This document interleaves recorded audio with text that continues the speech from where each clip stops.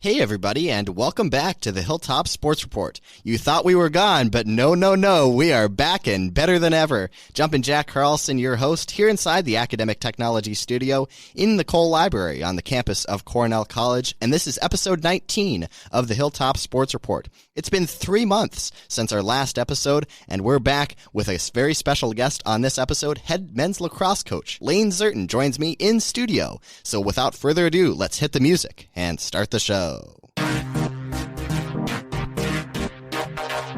Let's go Rams! Let's go Rams!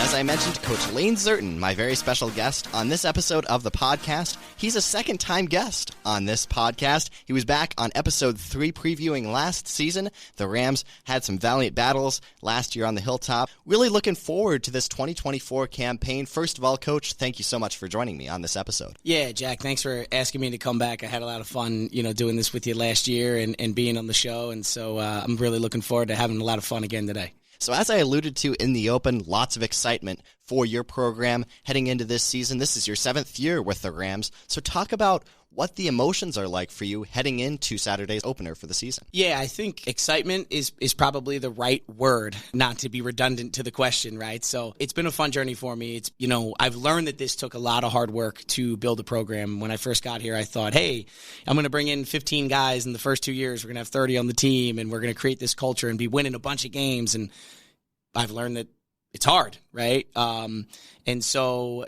while it's been hard, it's been fun to see it grow. And I think for me this year, the greatest thing I'm looking forward to and seeing our guys, this first game on Saturday is the growth that we've made. We are finally at a point now where we have a lot of juniors, upperclassmen on the team. We're still a little thin with the senior class, but still in combination, the juniors and seniors, it's the largest number of upperclassmen I've had on the roster, really since I've got here. So I'm just really excited to see these guys and all the growth they've made. They've all played a lot of minutes in their young careers, and now to see them as juniors and seniors really being the heartbeat of the team is just a really cool place for me. 100%. And to follow up on that point, as you've seen throughout your years on the Hilltop, it's been a growth process. Now you've really set the foundation for what you want the program to be. So talk about how that journey has been for you, and now to see kind of the fruits of that labor paying off in this year.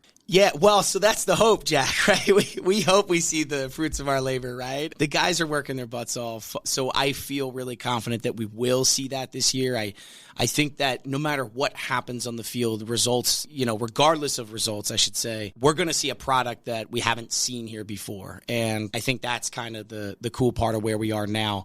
You kind of talk about the foundation and the things that we've set. I'd love to sit here and kind of sort of take credit and act like I've done, but I can't do it without them, right?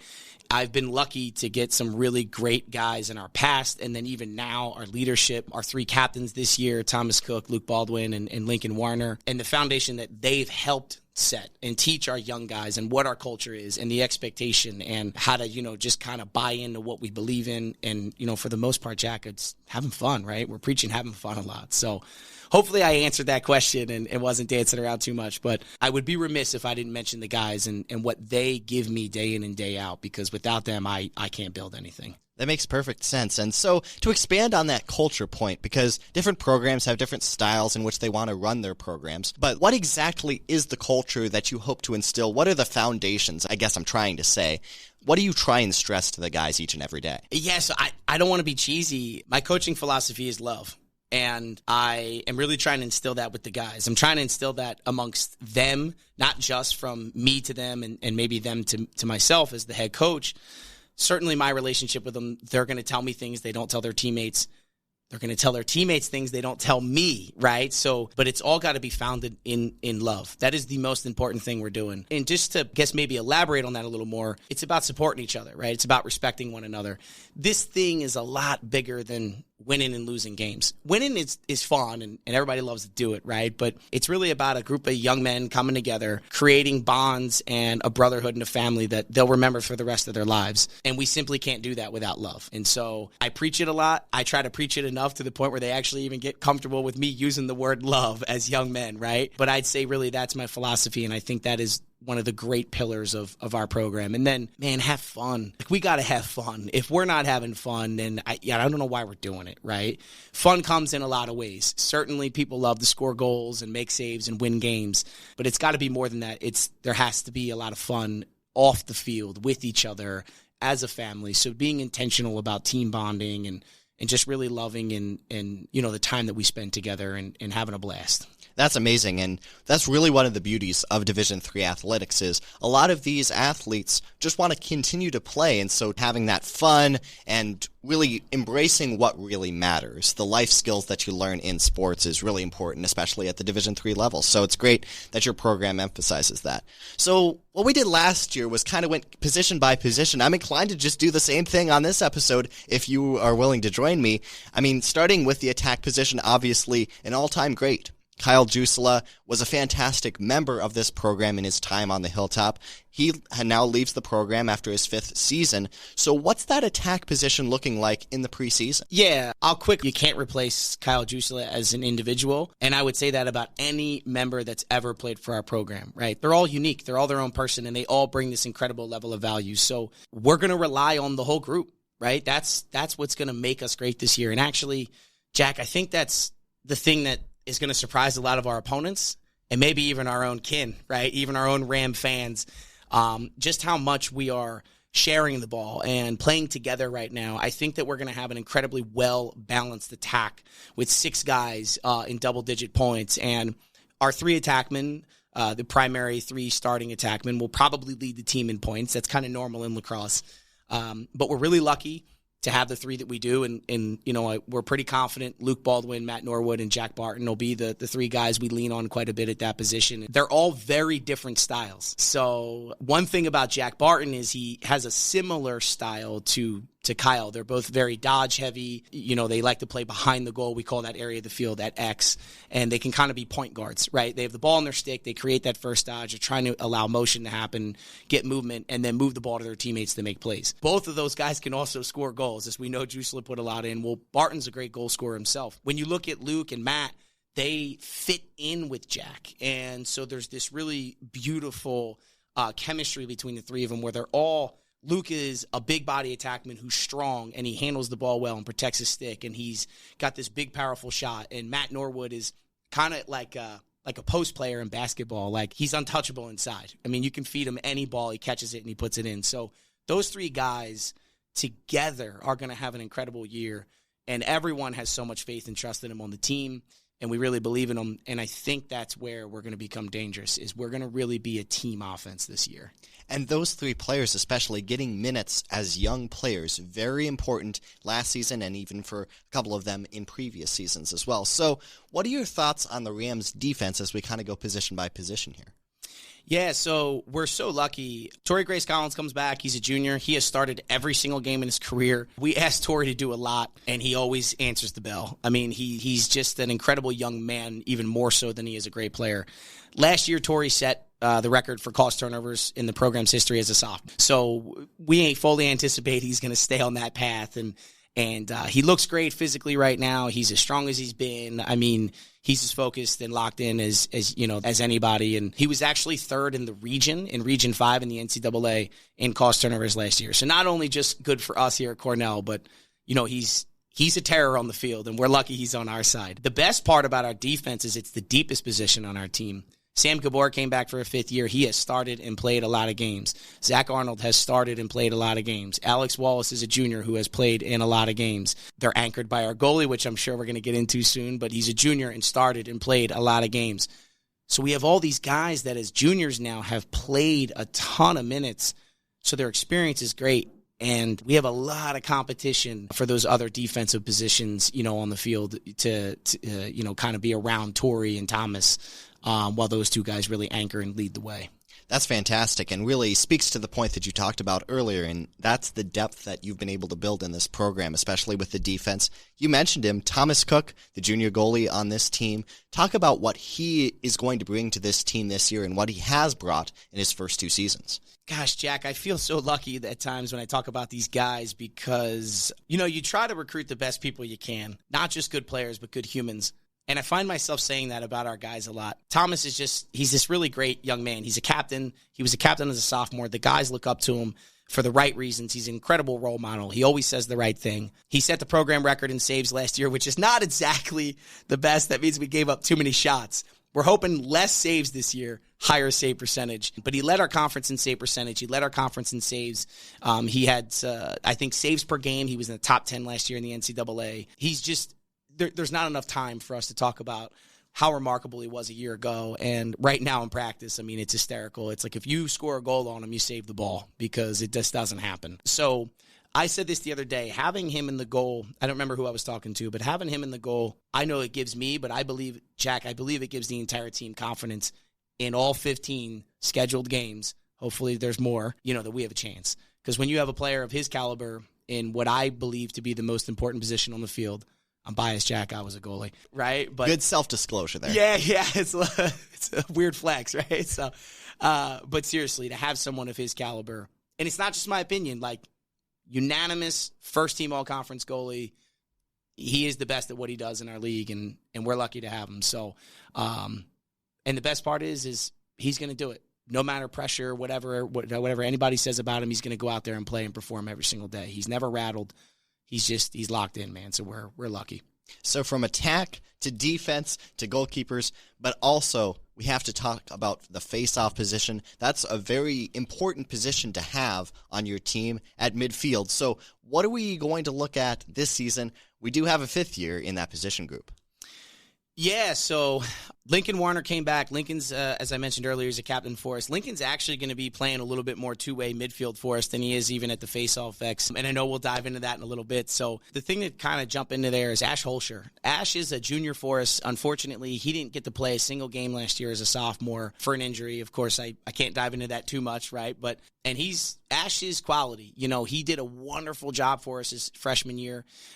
He finished just outside of the all-conference voting that year, so, as a first year. So I know the guys are really excited for him to be back, and I've kind of teased him and said, look, on that first face-off against Carthage, put your head down and win that thing and try to go score a goal, just for it to be a cool moment. But I know he'll make the right play. If he's getting double teamed, he'll pull out and move it to an attackman. But so, yeah, just really excited to have Ash back. I mean, he had games where he was over 65% as a first year, which is really great. And he is just going to really bolster us and help us out there. And then it's great to have Lincoln coming back with so much experience, because Ash isn't going to be able to take every face-off. So Lincoln can help us, and Aiden Didier, is our other guy in that position who's going to give us some face-offs too. And he's a sophomore, but he's been working hard and challenging Ash, and he's going to have a really great year for us too. And it's going to be nice to be able to throw a couple guys at the opponent, keep them all fresh, but really be able to lean on that, that guy in Ash who's going to kick some butt this year. Well, you're just setting me up perfectly, Coach, going right into the midfielders right now. It's almost like you could have seen what's coming. So anyway, what are you going to see out of the midfielders this season, and what have you seen in the preseason that gives you hope for the season? Yeah, it's, I feel like a broken record, Jack, because, again, with the development of our program, you look at 2-3 years ago, we were so young that so many of these guys were playing big minutes, and so now we get here, and here they are. We have sophomores and juniors that are playing in that position, right, that have done it before, that know what they're doing. So we're not trying to teach brand new concepts, and we have experience, and there's just something about experience being the best teacher. So the midfield group is not going to have one guy, that wins a bunch of awards or gets elevated above anyone else, which is really true of our offense in its entirety. They're all really going to work together. And so we have 2 full midfield lines this year. We're going to run both of them. They're all going to play. And, in lacrosse, you kind of have offensive middies and defensive middies. We really call them two-way middies and defensive middies, but they're really all two-way. It's that some guys play more offense and some guys play more defense, and we sub them off. So, but again, when you look at Ryan Devine is a defensive midfielder for the team, and he's a 4th-year player, but he's in his 5th year academically, so he's very mature, and he's got a lot of experience with us and knows what he's doing. And then you kind of go to the other side with Lincoln Warner really leading the group there as a leader and with a lot of experience, and then, all the guys kind of with, his running mates, if you will, and Caden Lynch and Brandon Warnke, Connor Jameson, Charlie Kobitz is a first year that's going to give us some big minutes at that position. So, but really cool to see. we're not leaning on those first years as much as we were in the past. So I think when it comes to the middies, in short, it's just cool to see that we've got guys that have been out there that we trust and we know are going to make really good decisions and help us on offense and defense. That's fantastic. And as you've talked about the roster, it's really been a growth process, and a lot of these guys have grown over the years, and it's really encouraging to see. So speaking of growth, the last time you were on the podcast was I want to say February, and it was really in its infancy in terms of the strength and conditioning program here at Cornell, especially with the new addition of the SAW at the time. So now, a year later, talk about what impacts Coach Kurt Lamb and the new facility have had with the guys. Yeah, so, from a recruiting standpoint, it's been wonderful, right? Recruits come in here and they just are wowed, and that's really allowed us to capture the attention of some really quality players at that level. So I think, Jack, maybe that's the biggest impact the building has had. I know for the guys, they just feel appreciated, right? Like, to be a student athlete on this campus right now is just an incredible place, and that matters. To feel appreciated, to feel like the college cares about you and what you do, and that you play athletics there, and they would be willing to sink that amount of money and time and effort into the thing that you use and cherish. I think that speaks volumes to our guys, and so I think that's kind of the most important thing. And when you feel like the school believes in you and your mission and what you're doing, it just gives you an extra 1%, right? We're lucky with the lacrosse program because, and I'm not sure how many people know this, Coach Lamb, he's kind of a pseudo-lax bro. So, his prior institution he came from was Division II powerhouses in lacrosse. And he's talked about this a time or two before, but it's really cool, man. You go in his office, he's got lacrosse helmets on the desk. He's got lacrosse jerseys framed and on the walls. And so he does an incredible job for everyone. You just don't find a lot of strength coaches that really know our sport and understand the needs of it. It's a weird sport. It's like, is it an aerobic game? Is it anaerobic? Do we sprint a lot? Do we run long distance? Goalies don't really go all that far anyway. Attackmen run a little less than other, right? So everyone does different things. And for him to know that and understand that attackmen and down defensemen are more explosive and quick and fast, and that middies have to be able to run long distances, and goalies have to be able to move like offensive linemen 2 yards in a short distance, he knows that. Where your lay person doesn't, or even a lot of your strength coaches don't. And he cares about it. So he's been able to develop the guys in ways that I can't tell you how much I appreciate it and would never be able to imagine. I had the pleasure to go in the weight room the other day when the guys were in there. I try to stay away. I try to let them have that moment with Coach Lamb. And I saw some guys last year that maybe didn't move as well, Jack. The squat needed a little work, or the deadlift didn't look so good. Man, the form is incredible, and they're putting real weight on the bar, and they look explosive, and they look organized, and you can tell it's mattered. My last comment on that with Coach Lamb and how much he's meant to us, I should knock on wood. Last year, we didn't have a single true soft tissue injury that held anyone out of a game. And so far in the early portion, which unfortunately you can see that stuff happen early in the season when we're not as fit, we haven't had any of those things yet either. That's not luck. I mean, that's because we have an incredible strength coach who knows what he's doing, and he really knows about our sport too. So I appreciate you asking that, because it gives me a chance to give him a great shout out, and we just appreciate what he does for us so much. That's absolutely fantastic. Coach Lamb has meant so much to the program for all the sports, and especially the athletic department. His addition has been so important, and it's really great to have him on the Hilltop, and everything that he does is so fantastic. So the Rams begin their 2024 campaign this Saturday at 1 p.m. at Carthage, and then the home opener comes up a couple of weeks later. So, Coach Z, thank you so much for taking the time today. Really appreciate your preview and insights into the program, and best of luck this season. Jack, thanks so much. It's been a blast. I hope you can invite me back again a year from here, and hopefully we'll have a really great season to talk about 1 year from now. Absolutely. Thank you so much, Coach. All right, that'll do it for this episode of the Hilltop Sports Report. We appreciate you coming back with us after a 3-month absence on this episode of the podcast. We'll be back next week with a preview of women's lacrosse here on Cornell College's campus, so be sure to tune in to episode 20 for that. While speaking on behalf of the entire Cornell Rams crew, my name is Jumpin' Jack Carlson, saying, I'll see you next time. Let's go Rams! Let's go Rams!